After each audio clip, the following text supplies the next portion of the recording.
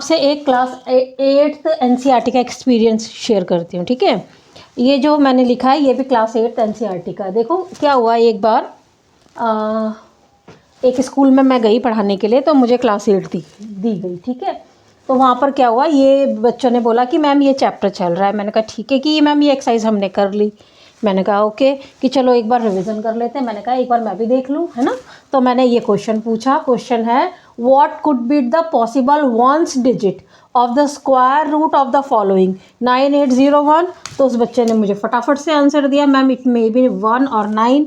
अच्छा, सेकंड के लिए भी फटाफट आंसर मिला 6 4। 5 के लिए भी फटाफट आंसर मिला 5। तो मैंने कहा वाह वेरी गुड। अच्छा, इसके पीछे का लॉजिक बताएंगे आप।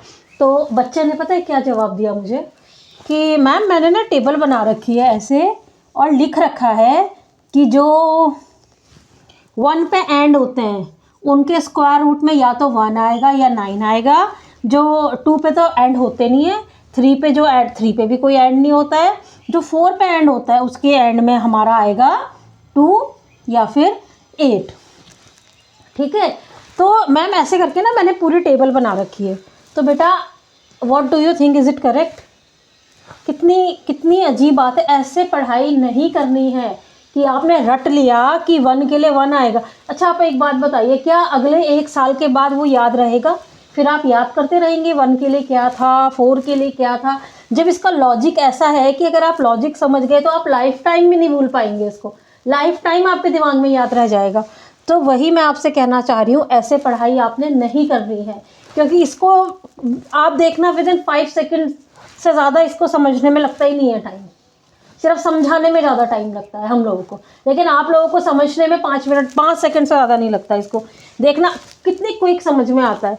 तो and you know that the child was very intelligent. बच्चा बहुत इंटेलिजेंट था वो। लेकिन अब ये प्रॉब्लम क्या है, ये आप देखिए किस चीज़ की प्रॉब्लम है। ये बच्चे की प्रॉब्लम है या कोई और प्रॉब्लम है, अब ये तो मुझे नहीं पता, ये तो आपने सोचना है। लेकिन आपने पढ़ाई ऐसे नहीं करनी है। क्वेश्चन समझना है पहले। What could be the possible ones digit of the square root of the following.